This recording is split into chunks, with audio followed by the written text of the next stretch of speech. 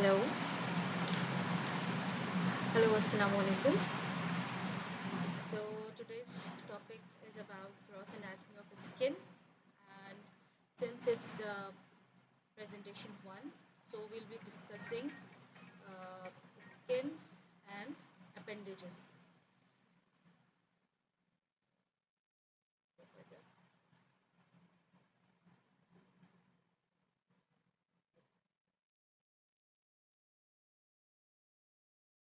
Moving on, these are the learning objectives.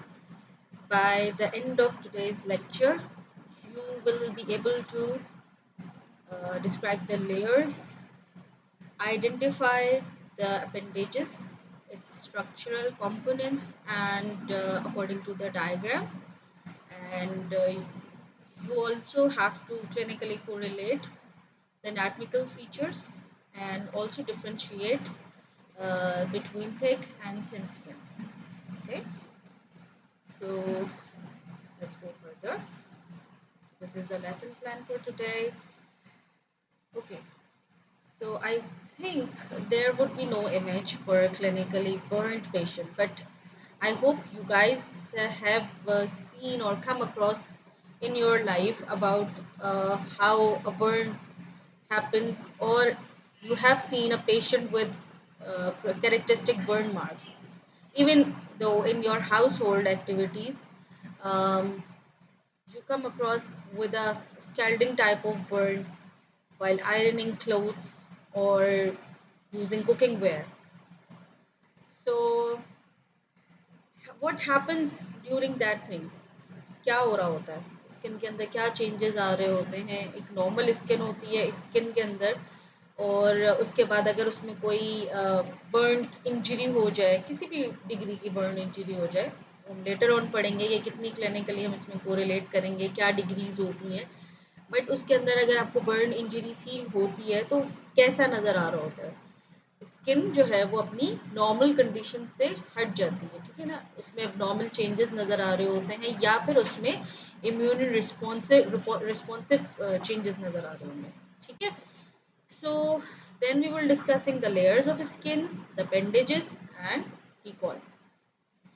Okay, let's start. What do you think integumentary system is? So what happens if we talk about the skin के हमारे पास further synonyms हैं, जैसे कि I hope अगर आप लोग इसको ज़रा जब ऑनलाइन होंगे और सुनेंगे तो ऑब्वियसली यू मस्ट नो कि इसके मुख्तलिफ सिनोनिम्स हैं, बुक्स भी पढ़ रहे हैं, सारी चीज़ें हैं। इसमें हम सुनते आए हैं, पढ़ते आए हैं कि स्किन के सिनोनिम्स में कौन कौन से हैं, जैसे कि क्यूटिस है, डर्मा, यही है ना जो फैंसी मेडिकल टर्म्स हैं, ठीक है? One of them is integument, ठीक है?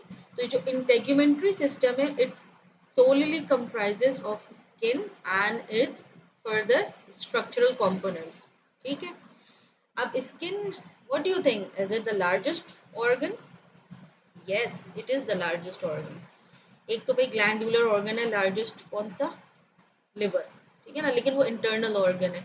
But if you talk about skin, it is largest because इसका जो सरफेस एरिया है वो बहुत ज़्यादा है, ठीक है ना? It covers the entire body, entire human body or entire body, even on the animals and certain type of mammals, जहाँ पर हमारे पास ये स्किन जो है वो पूरी इंक्लोजिंग स्ट्रक्चर के तौर पर मौजूद है, ठीक है? सो अगर लार्जेस्ट ऑर्गन है, ग्रेटर सरफेस एरिया है, तो how much it comprise of the total body weight? It approximately covers 15% of the total body weight, ठीक है? सही है? So what, एक क्विक वो कर लेते हैं कि क्या क्या इंटेग्यूमेंट्री सिस्टम के फंक्शंस हो सकते हैं। So if it is the largest organ and it covers the external surface of the human body, so it needs, it protects, ठीक है, against environmental stressors. It regulates your temperature. It is responsible for the touch and pressure and pain sensations, and some of them it also helps in vitamin D synthesis. ठीक है ना। My skin, वो कहते हैं ना कि vitamin D synthesis कैसे हो रही होती है, when we get exposed to a certain temperature and certain timings of sunlight, ठीक है ना। वो जो डॉन और डस्क वाली सनलाइट होती है, उसके अंदर अगर हम लेंगे तो हमारे अंदर कैरेक्टरिस्टिक विटामिन डी सिंथेसाइज हो रहा होता है, तो that is responsible by human skin. ठीक है। अच्छा, if you talk about the surface area of skin in a human adult, it is approximately 1.5 to 2 square meters। ठीक है। In order to assess the area, जब हम Burns, खासतौर पर Burns की जब कैटेगराइजेशन कर रहे होते हैं या बर्न्स को असेस कर रहे होते हैं, तो उसमें हमें सरफेस एरिया कैलकुलेशन करने के लिए कुछ मैट्रिक्स होती है। ठीक है। तो वो हम लेटर डिस्कस कर लेंगे जब क्लिनिकल एनाटॉमी उसकी रिकॉल करेंगे, which will be discussed in second part. ठीक है। तो उसमें हमारे पास कवरिंग या जो टॉपिक है उसमें हम उसकी विड्थ को चेक करते हैं, उसकी सरफेस एरिया को चेक करते हैं, और उसको हम फिर फॉर्मुलेट करते हैं स्क्वायर मीटर्स के अंदर। ठीक है। Now if you talk about the organisational structure of the skin, because of these three layers, skin can be categorized as thick skin or thin skin। ठीक है। स्किन की अगर आप लेयर्स की बात करें तो skin is comprises of the outer most layer which is epidermis. AP is for outer and dermis is the सिनोनियम for skin. Dermis is the deep layer which is solely comprised of deep connective tissue, ठीक है, and then there is hypodermis which is again adipose tissue or subcutaneous layer। Cutaneous is also a synonym for skin। ठीक है। तो we have further synonyms, क्योंकि यही चीज़ है जो terminologies जो है ना आपको मुख्तलिफ लेवल्स पर मिलेंगी, कि जिसमें आपने टर्म्स को डिटरमाइन करना होगा कि if we talk about cutaneous, if we talk about cutis, if we talk about keratin, if we talk about dermis, ये सारे या इंटेग्यूमेंट्स, ये सारे के सारे जो चीज़ें हैं या उससे रिलेटेड जो भी टर्मिनोलॉजीज होंगी, it connects to the skin. ठीक है। अब आ जाते हैं एपिडर्मिस के ऊपर। Epidermis as the name indicates it is outer epithelial layer. ठीक है। and it is composed of which type of epithelium? I hope you guys have done your practical before it, so you have known the types of epithelium. There are squamous epithelium, squamous keratinized or stratified, and squamous pseudo stratified squamous epithelium. Then there we have cuboidal epithelium, and for internal visceral organs, and we have columnar epithelium। ठीक है ना। तो जो हमारे पास skin या epidermis की जो layer होती है, this is stratified squamous keratinised epithelium. ठीक है ना। अब ये एक क्वेश्चन होगा, एक टास्क होगा कि और स्क्वेमस एपिथेलियम या कैरेटिनाइज्ड स्क्वेमस एपिथेलियम और कहाँ कहाँ होती है। ठीक है। तो स्ट्रेटिफाइड है, इसका मतलब है इसमें मल्टीपल लेयर्स हैं। ऑब्वियसली होनी भी चाहिए, क्योंकि क्या कर रही है ये epidermis is solely responsible for protection, क्योंकि बिल्कुल एक्सपोज हो रही है ये, and also responsible for the creation of appendages. ठीक है ना। तो एपिडर्मिस जो है ये हमारे पास stratified which means multiple layered है, स्क्वेमस है, फ्लैट सेल्स होंगे, और कैरेटिनाइज्ड है। ठीक है ना। यहाँ पर एक आपके पास थिक लेयर होगी कैरेटिन की। ठीक है। इट इज़ हाईली एवैस्कुलर, यानी कि यहाँ पर कोई वैस्कुलर एंडिंग्स नहीं है। This is the reason whenever you cut, even you pierce a pin into the palm or the sole of your foot, this is so thick layer because of the multiple layers of epidermis that you cannot feel any punctured or क्या कहते हैं, कोई bleeding या oozing नहीं हो रही होती है, बिकॉज इट इज एवैस्कुलर। ठीक है ना। जैसे हम नेल कट कर रहे होते हैं, नेल का जो बिल्कुल बॉडी है, नेल की बॉडी जो है जिसको हम कट करते हैं, तो उसमें कोई यूजिंग या ब्लीडिंग नहीं होती, because of the reason that they are avascular. ठीक है। अब एक डर्मिस का एक सुपरफिशियल से ओवरव्यू करते हैं, then we will later on discuss it in detail. Dermis is a deep connective tissue layer. It is highly vascularized and contains nerve endings. So when we enter deep into the dermis, जैसे कि हम जब finger tip puncture कर रहे होते हैं while taking out some certain test, जैसे हम शुगर टेस्टिंग कर रहे होते हैं, या फिर हम जो है ना क्या कहते हैं कोई और मेजर ले रहे होंगे जिसमें हमारे पास डीप पियर्सिंग हो रही होगी, तो उसमें हमारे पास पेन एंडिंग्स होती है, नर्व एंडिंग्स है, तो वहाँ पे हमें पेन सेंसेशन भी फील होगी और वहाँ पर ऊजिंग भी होती है क्योंकि वहाँ पर हाई कैपिलरी एंडिंग्स मौजूद होती हैं, ठीक है। Then we have hypodermis. Hypodermis is subcutaneous layer जहाँ पे हमारे पास लूज कनेक्टिव टिश्यू और एडिपोज टिश्यू मौजूद है। अब जब देखो कनेक्टिव टिश्यू की बात आएगी ना, तो ये through out the module and through out the later on system, जैसे ब्लड आएगा, blood is again a connective tissue.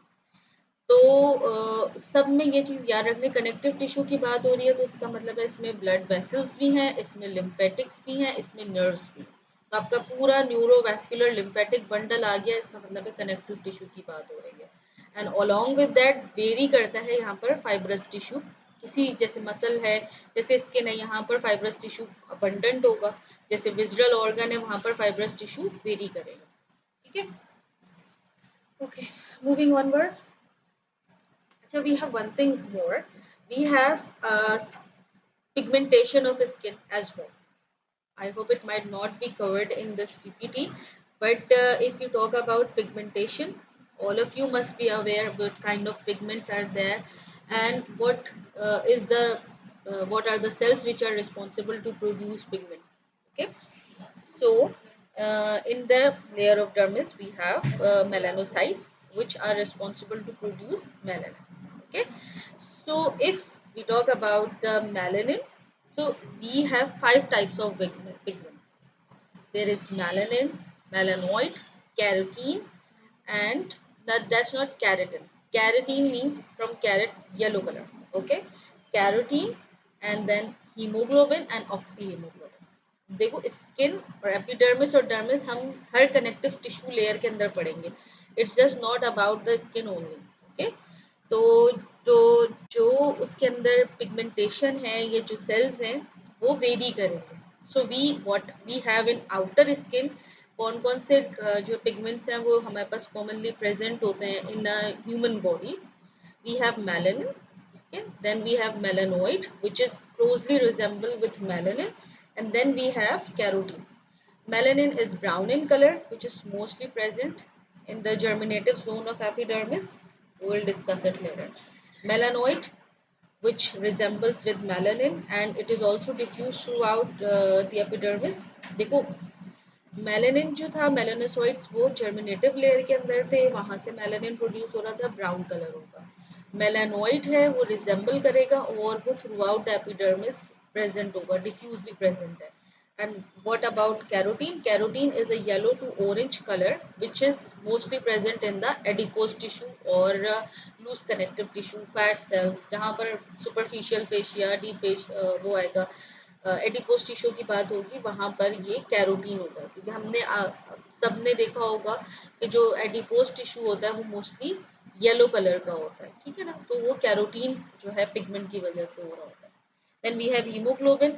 Haemoglobin है तो वहाँ पर पर्पल कलर का होगा, और ऑक्सी हीमोग्लोबिन होगा क्योंकि उसमें ऑक्सीजनेशन हुई होगी तो वो रेड कलर का होगा, जो हमारे पास किसके अंदर होगा?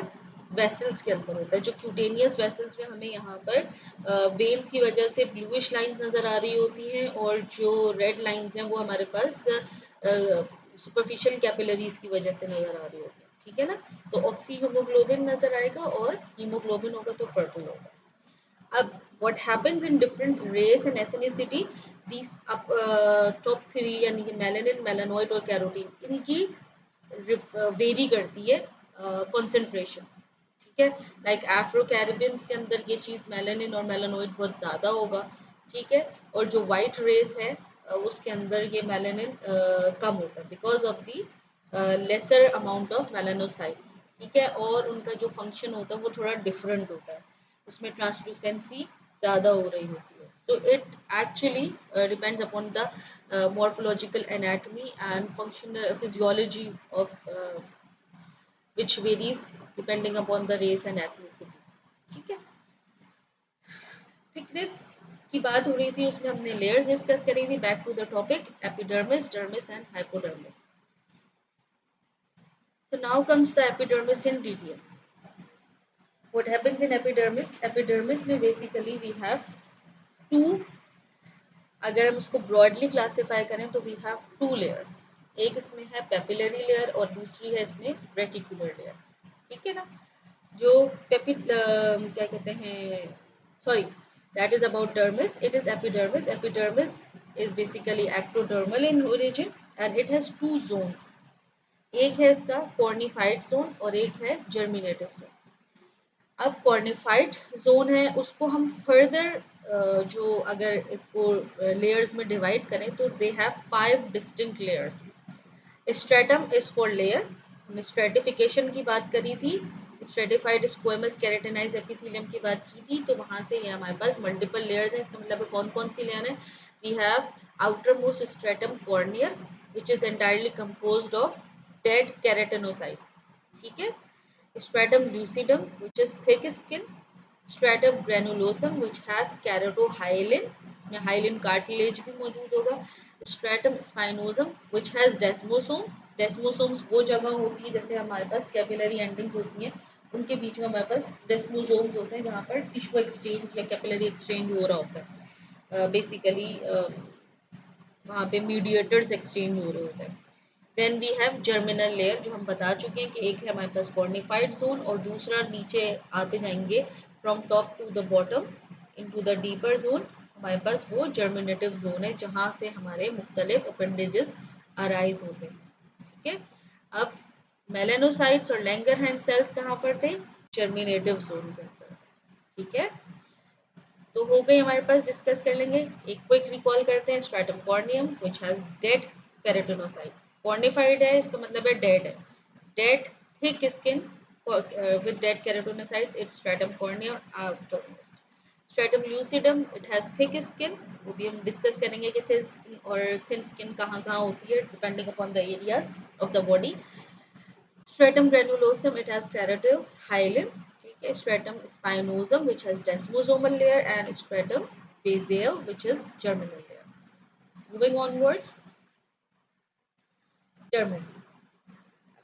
अब ये जो कॉर्निफाइड जोन और जर्मिनेटिव जोन के बीच में 5 लेयर्स आई हैं, इसमें अगर हम बात करें तो ये क्या हो रहा होता है basically, as we know that skin is the outer most organ. ठीक है ना।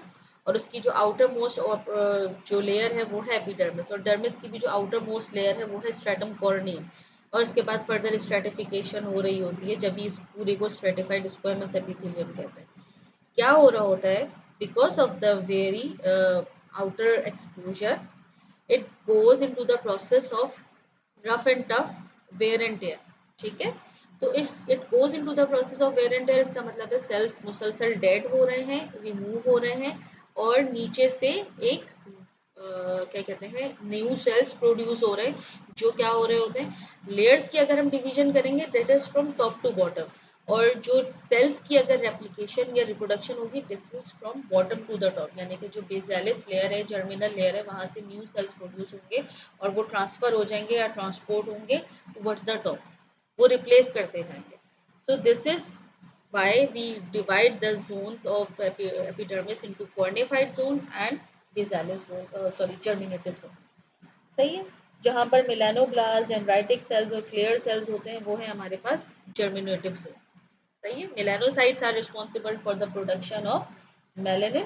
ठीक है। मेलानोब्लास्ट जो है वो प्रिमिटिव उसमें होते हैं एज के अंदर, यानी कि एम्ब्रोलॉजिकल स्टेज में, और जैसी इन्फेंसी और उसकी बात आती है तो वो फिर मेलानोसाइट्स या मेच्योर या पॉजिटिव मेलानोसाइट्स में कन्वर्ट हो जाता है।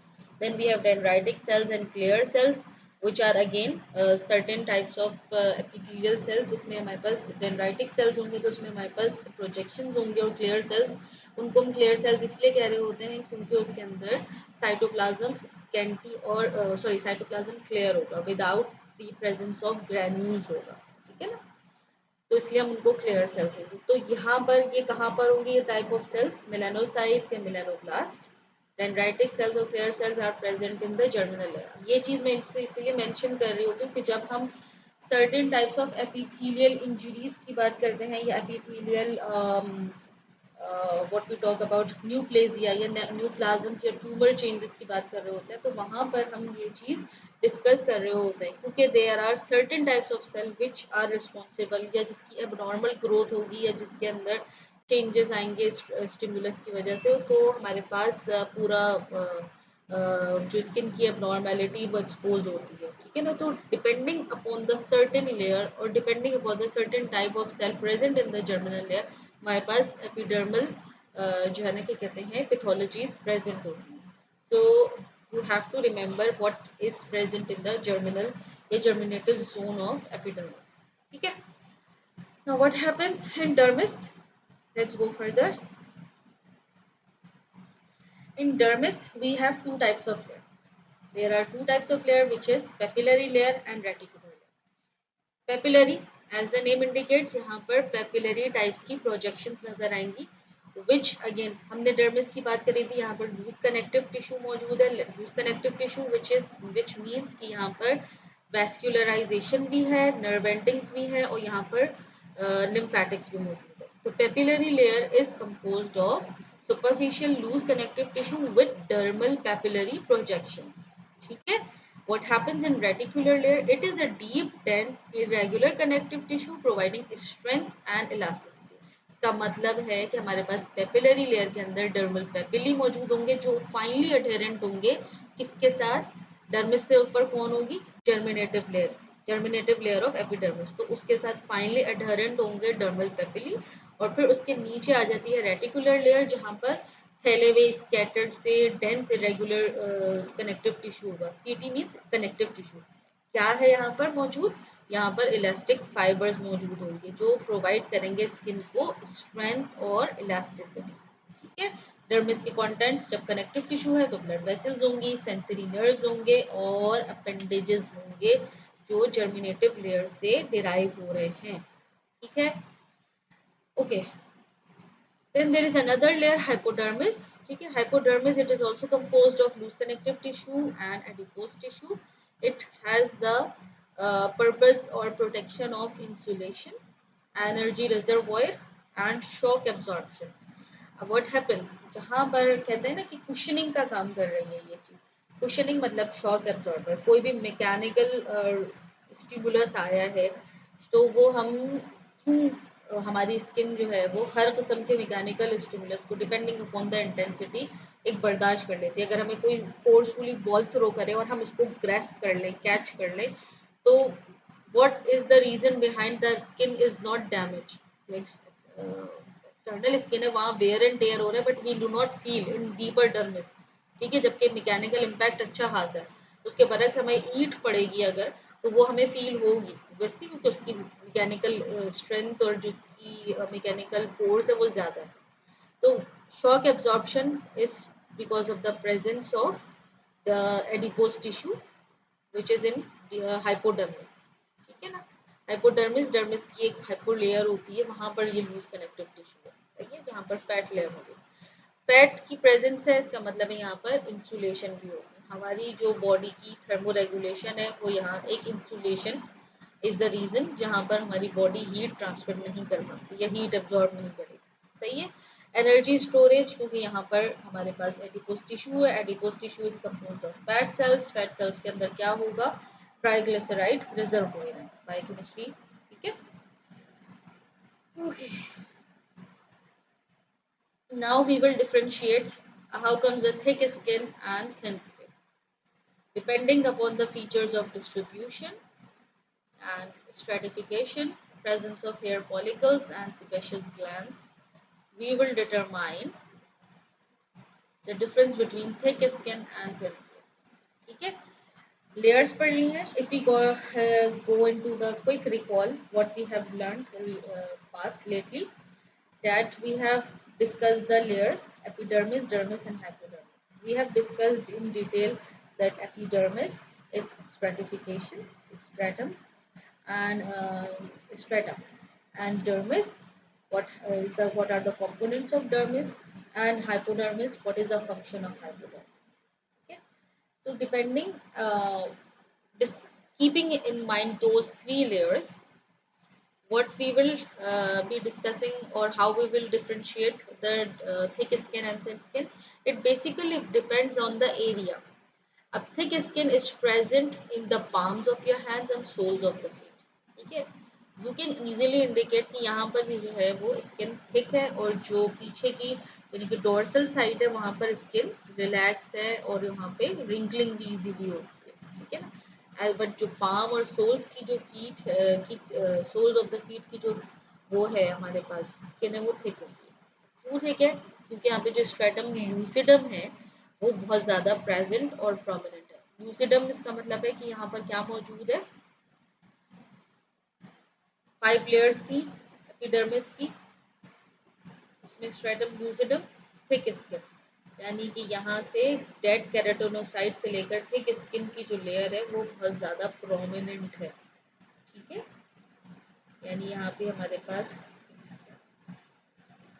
डेस्मोसोम और जो जर्मिनेटिव लेयर है वो काफ़ी नीचे जाकर है, डीपर है। बाकी पूरी जगह पर क्या है, किस टाइप की स्किन है, थिन स्किन, सही है।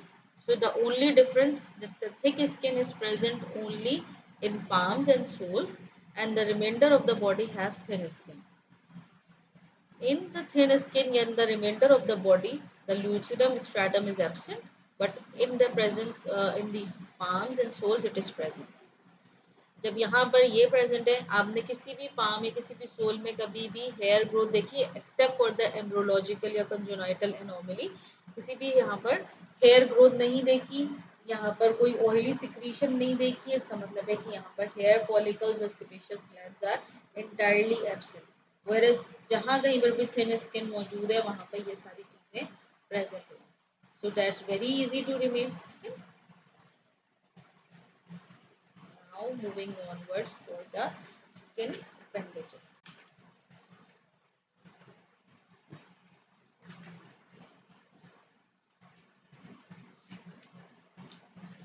What do you think? What are the appendages? Appendages की बात की जाएगी तो उसका क्या मकसद है? Basically, these are the structural components. ठीक है? There are 4 skin appendages. और उसी के फिर फर्दर टाइप्स होती हैं, उनके फर्दर स्ट्रक्चरल कंपोनेंट्स होते हैं और मॉर्फोलॉजिकल फीचर्स होते हैं। We have hair, then we have nail, sebaceous glands, and sweat glands. There further types कि कौन सी इनर्वेशन है और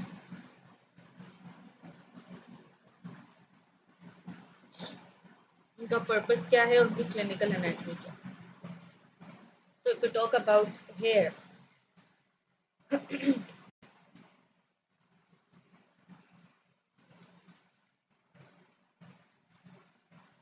if we talk about hair, these are basically keratinous filaments, ठीक है, and the main components are shaft, root, and follicle.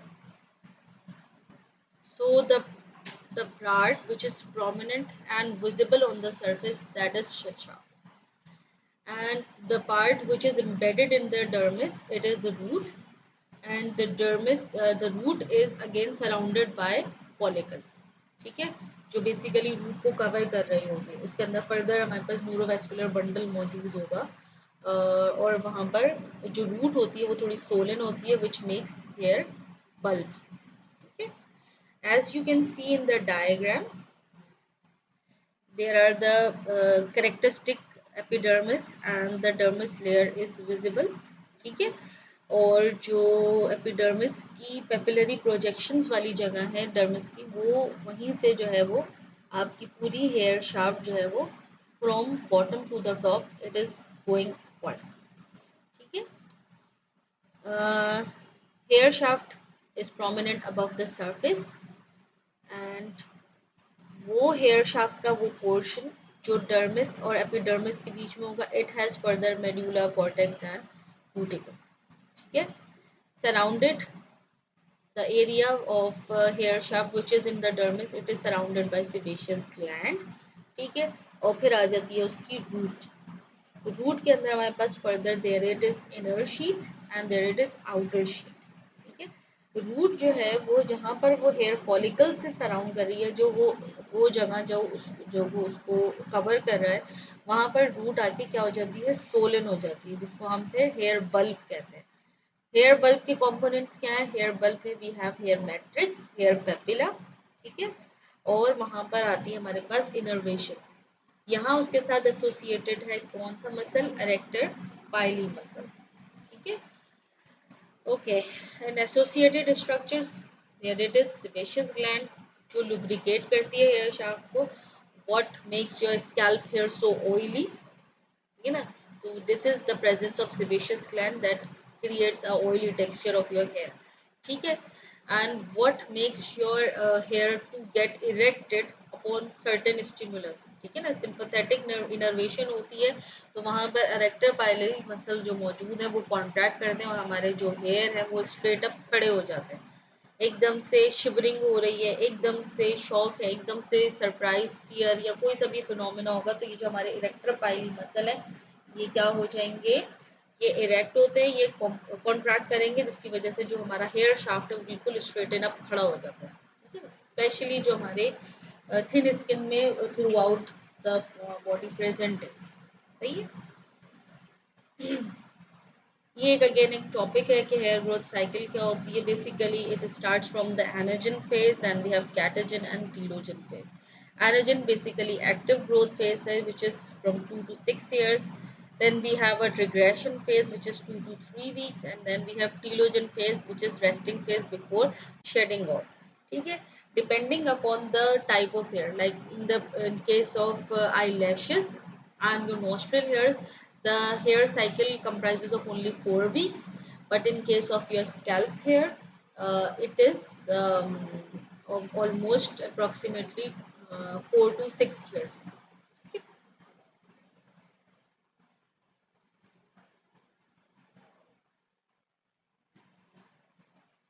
So I hope you understand the detailed structural components, the shaft, the root, and the follicle. The root is the structure which is surrounded by the hair follicle. Now, what happens clinically? There are certain types of clinical pathologies which are associated with hair, like hair folliculitis. Okay, this is the take-home task because we will start with the clinical anatomy of these appendages in the next lecture, and then we will move onwards to superficial fascia and deep fascia in the second part. So you must know the what happens in the pathology of uh, folliculitis, hair follicle pathology, hair loss, and certain other clinical terms which you must know or you must be aware of these type of hair pathologies.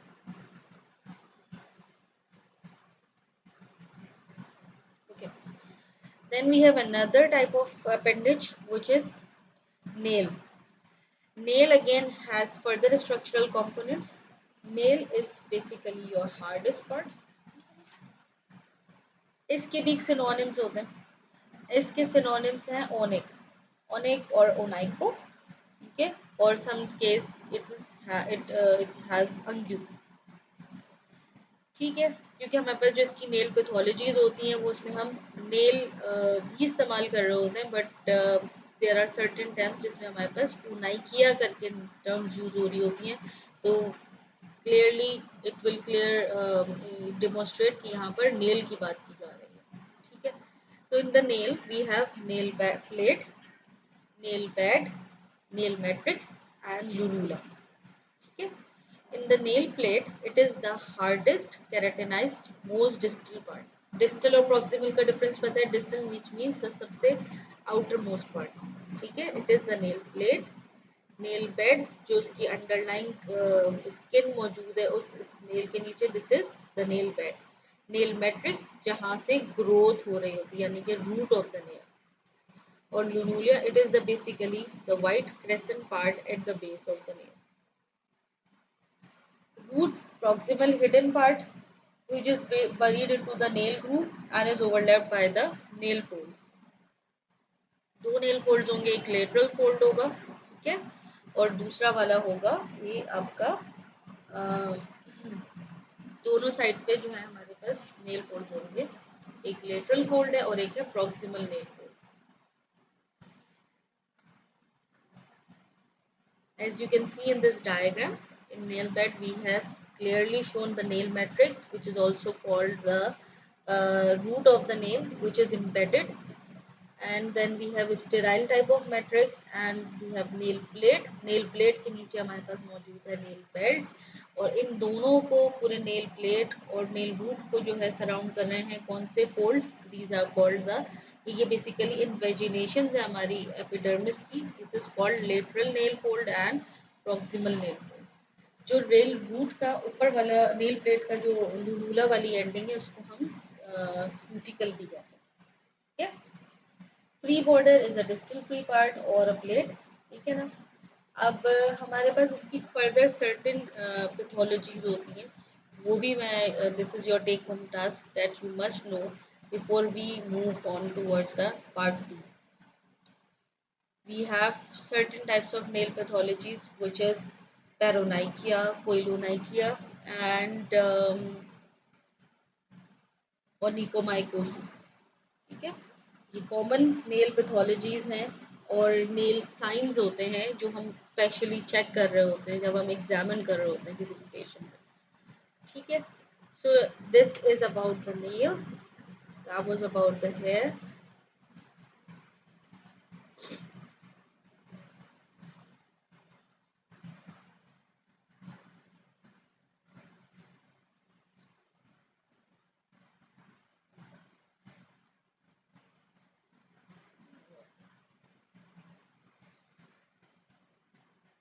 Moving onwards, we have certain other glandular appendages, which is sebaceous glands. Sebaceous glands, as the name indicates, that they produce sebum. Sebum, which is another synonym for oil. Okay. So sebaceous glands, what happens during the sebaceous glands? We have holocrine secretion. Basically, the cells rupture and they release content, secrete sebum oils or other kind of cellular debris. ठीक है. Distribute कहाँ है? हमने thick और thin skin का difference पढ़ा था, उसमें हमने बताया था जहाँ पर थिक स्किन होगी वहाँ पर sebaceous glands would be absent. ठीक है, यानी कि absent on palms and soles. So there were sebaceous glands का हमने, और जो अभी हमने हेयर का स्ट्रक्चर पढ़ा था तो उसमें भी we have discuss that hair growth, hair shaft and hair root is always associated with sebaceous gland. ठीक है. तो जो हमारे सेबेशियस ग्लैंड्स हैं always will be associated with hair, hair follicle, except on the lips and genitalia. ठीक है. यहाँ पर हमारे पास सेबेशियस ग्लैंड्स जो होंगे वो नहीं होंगे. ठीक है. सॉरी, विदाउट हेयर फॉलिकल्स होंगे. और जैसे कि हमारे पास लिप्स की जो हमारे पास लेबियाज हैं वहाँ पर, जो लिप्स के फोल्ड्स हैं वहाँ पर, क्रीसेस के ऊपर, और जो हमारे एक्सटर्नल जेनिटेलियाज हैं उनके उसमें भी जो है ना लेबिया मेजोरा, लेबिया माइनोरा और ग्लैंड्स के ऊपर, यहाँ पर we have only sebaceous glands without hair follicles.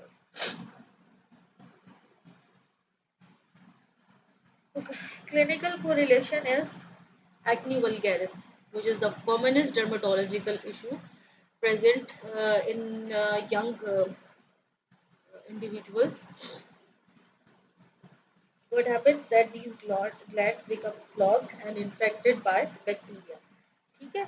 तो यहाँ पर हम पहले ही डिस्कस कर चुके हैं कि होलोक्राइन सिक्रीशन है, इसका मतलब बेसिकली जहाँ पे सेबेशियस ग्लैंड्स हैं वहाँ पे मुसलसल ग्रोथ हो रही होती है. यहाँ पर एक जर्मिनल जोन होता है, एक कॉर्नेटिव जोन हमने डिस्कस किया था. यहाँ पे मुसलसल ग्रोथ हो रही होती है. क्यों? क्योंकि जब ये सिक्रीट हो रहे होते हैं तो ये सेल्स रप्चर होते हैं और अपना कॉन्टेंट रिलीज करते हैं. रप्चर होकर एक तो कंटेंट में इनके आउटकम क्या हो सकते हैं, एक सीबम यानी ऑयल, और दूसरा उसका डेब्री जो बेसिकली बैक्टीरिया प्रोड्यूस कर रहा होता है. ठीक है. डिस्ट्रीब्यूशन सारे हमेशा हेयर फॉलिकल्स के साथ होंगे, सिवाय आपके जो है लिप्स और जेनिटेलिया या एक्सटर्नल जेनिटेलिया, सही है। एब्सेंट होंगे पाम्स और सोल्स। क्लिनिकली कोरिलेशन इसलिए क्यों, क्योंकि यहाँ पर चूंकि सेल रप्चर हो रहे होता है, सेलुलर डेब्री होता है, तो if it is get infected by the foreign bacteria, तो यहाँ पर कोई ना कोई क्लिनिकल पैथोलॉजी यानी कि एक्नी जो है वो प्रेजेंट हो सकती है। Then we have the last appendix which is sweat glands. Sweat glands again, these are responsible for thermoregulation as well as your water homeostasis. ठीक है। There are further two types of sweat glands, which is eccrine glands and apocrine glands. Again, जैसे हमने बाकी distribution की बात करी, जो sweat glands है, eccrine glands, they are distributed widely. ठीक है। Throughout the surface of the skin, they are directly secreted, and ये primary these are primarily responsible for thermoregulation. Sorry. Whereas apocrine glands is starting from A, so they are present in axilla, perianal region, ठीक है।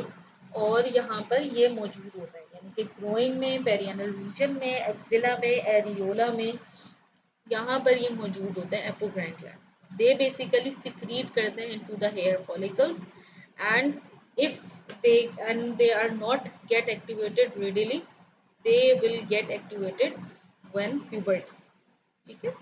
So they produce a certain type of odor, which because of the phenomena of the bacterial fermentation of the sweat secretion. Okay. Again, sweat glands are also innervated, and these both apocrine and eccrine glands are neurocrine type of glands. They are autonomic. They are supplied by autonomic nervous system. Eccrine glands are basically sympathetic, and apocrine glands because they get activated on the at the age of puberty, so they are activated by both sympathetic and parasympathetic nervous system. So in cutaneous innervation, they have free nerve endings. And again, if we talk about the histological detail about the sweat gland, we have certain two types of corpuscles present. Okay? They have Meissner's corpuscles and Pacinian corpuscles. Meissner's corpuscles इसका मतलब है यहाँ पर touch and tactile sensation की बात हो रही है। पेसिनियन कार्पसल्स यहाँ पर डीप प्रेशर या हाई फ्रीक्वेंसी वाइब्रेशन की बात हो रही है, ठीक है। So if we talk about in general कि हमारे पास जो सेंसरी रिसेप्टर्स मौजूद होते हैं वो किसके अंदर मौजूद होते हैं, मीजनर्स कार्पसल्स और पेसिनियन कार्पसल्स। फ्री नर्व एंडिंग्स है ना, तो पेन के साथ हैं, तो पेन के कौन से सेप्टर्स होते हैं, पेन रिसेप्टर्स को कहते हैं नोसिसेप्टर्स, ठीक है। और जो टेम्परेचर है वो थर्मोरेगुलेशन हो रही होती है, जो हमारे पास टेम्परेचर रिसेप्टर्स मौजूद है, ठीक है, thermal receptors. Then we have certain receptors for tactile sensation and vibration. These are Meissner's corpuscles and Pacinian corpuscles. ठीक है। Meissner corpuscles में फाइन टच और लो फ्रीक्वेंसी वाइब्रेशन की सेंसेशन परसीव होती है, और जो पेसिनियन कार्पसल्स है वहाँ पे डीप प्रेशर और हाई फ्रीक्वेंसी वाइब्रेशन के सेंसिटिविटी मौजूद होती है, ठीक है। So this is a clearest diagram of sensory receptors, how they are distributed in your dermis. There is Merkel's disc for touch reception, and we have sensitive touch reception by Meissner's corpuscle, and deep touch and pressure by Ruffini's, and Pacinian corpuscle, cross corpuscles responsible for cold receptors, and free nerve endings या nociceptors for pain and temperature. अब आप ये देख लें, जो distribution है free nerve endings की, वो बिल्कुल डर्मिस की बिल्कुल आउटर मोस्ट लेयर, यानी कि जहाँ पर जर्मिनेटिव जोन है एपिडर्मिस का वहाँ पर है। उसके अलावा जितनी भी एपिडर्मिस है वो बिल्कुल ए वैस्कुलर है, यहाँ पर कोई नर्व एंडिंग नहीं मौजूद है, ठीक है। फिर आगे जो कोल्ड रिसेप्टर्स और जो डीप प्रेशर कार्पसल्स हैं वो बिल्कुल डीपर लेयर ऑफ डर्मिस में मौजूद है। और जो हमारे पास मर्कल्स डिस्क है वो वाइडली डिस्ट्रीब्यूट है middle zone of deeper dermis में। क्लिनिकल कोरिलेशंस की बात कर लेते हैं, which we have started with the burns. तो बर्न्स की क्लासिफिकेशन है again first degree, second degree and third degree. Depending upon the layer involvement, we have divided into the certain degrees. What happens in first degree burn? There is only the scalding or redness over the epidermis only, which come across in common household heat stimulus. ठीक है ना? Second degree burn involves epidermis and dermis, which can cause blister, which is also very common. And then we have third degree, which covers entirely full thickness painless, यानी कि इसमें बिल्कुल nerve endings भी destroyed हो जाती हैं. Nerve endings आपने यहाँ receptors देखे, ये सारे deeper layer of dermis के अंदर मौजूद हैं, जैसे rufinus, pacinian और ये हमारे पास pros carpus है. तो ये सारी लेयर्स अगर डिवाइड वो हो जाएंगी थर्ड डिग्री के अंदर, तो यहाँ पे सारी नर्व एंडिंग्स डिस्ट्रॉय हो जाएंगे. Then we have hyperhidrosis, which basically characterized by excessive sweating. Hydrosis means sweating. So hyperhidrosis and hydrosis. Anhydrosis means no sweating at all. Hyperhidrosis, which means excessive sweating. Alopecia is another term for hair loss conditions. Primary and secondary types of alopecia. Then what are your key home message is basically there are three primary layers of skin: epidermis, dermis and hypodermis. उनकी हमने morphological pattern देखा, division देखी. Epidermis में हमने दो type के Jones देखे, 5 strata पढ़े हमने स्क्वायमस एपिथेलियम के. डर्मिस में हमने उसके अगेन दो लेयर्स पढ़ी, पेपिलरी एंड रेटिकुलर. उसके हमने अपेंडेजेस डिस्कस किए. And then we have hypodermis, जहाँ हमने उसकी फंक्शन को यानी इंसुलेशन एंड थर्मोरेगुलेशन को. अपेंडेजेस में we have discussed hair follicles, nails, sebaceous glands and sweat glands. ठीक है, इसकी हमने क्लिनिकल पैथोलॉजीज अभी हमने सिर्फ ओवरव्यू दिया है. In the next lecture we will be discussing the clinical pathology in detail along with superficial and deep fascia. Okay. Then we have a structural difference between the thick and thin skin. Where are they divided and what are the components that are present in thick and thin skin? Okay. Any questions so far? And these are questions from my side. Thank you for your attention.